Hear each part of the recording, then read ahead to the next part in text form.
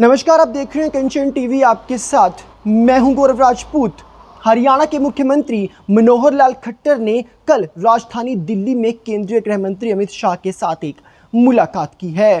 कल देर रात हुई इस मुलाकात में किसान आंदोलन, हरियाणा में नए डीजीपी की नियुक्ति समेत कई अन्य मुद्दों पर लंबी चर्चा हुई।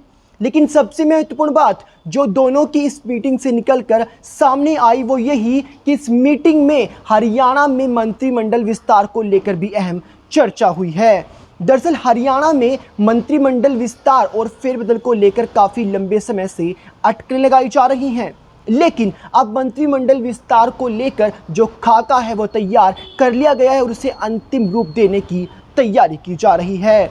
माना जा रहा है कि अब हरियाणा की मनोहर सरकार में कभी भी मंत्रिमंडल विस्तार हो सकता है। आपको बता दें कि हरियाणा में फिलहाल मंत्रिमंडल में 2 मंत्रियों के पद खाली हैं। इनमें से एक पद भाजपा को तो वहीं दूसरा पद सहयोगी जजपा को जाएगा।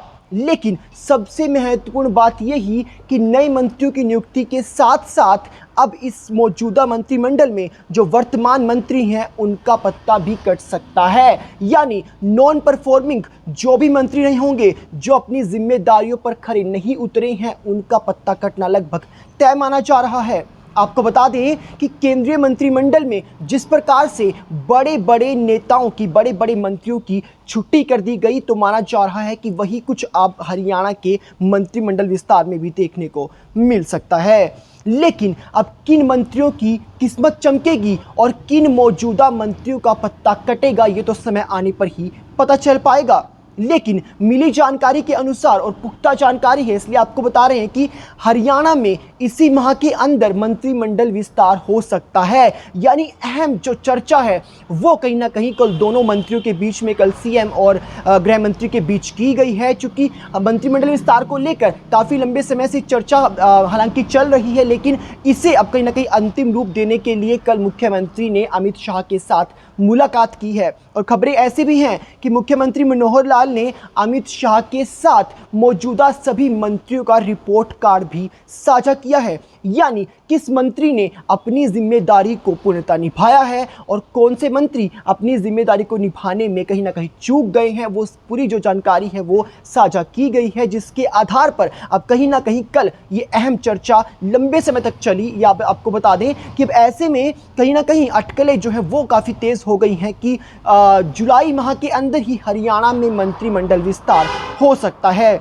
लेकिन ये तो बात रही मंत्रिमंडल विस्तार को लेकर। इस मीटिंग में इसके अलावा भी कई अहम ऐसे मुद्दे हैं जिन्हें लेकर कल दोनों के बीच बातचीत हुई है।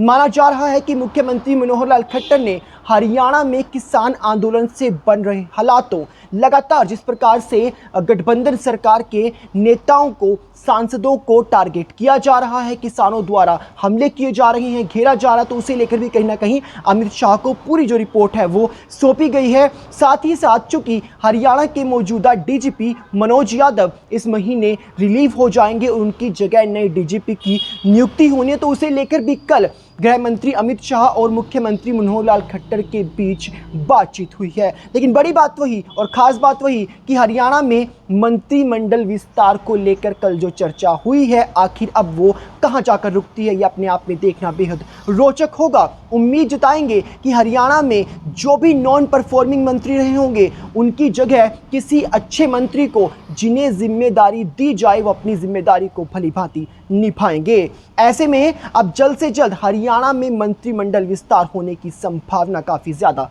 तेज़ हो गई है। इसी के साथ ये वीडियो अगर आपको अच्छी लगी हो तो इसे लाइक कीजिएगा, इसे शेयर कीजिएगा और देश और प्रदेश से जुड़ी तमाम खबरों के लिए देखते रहें कंचन टीवी।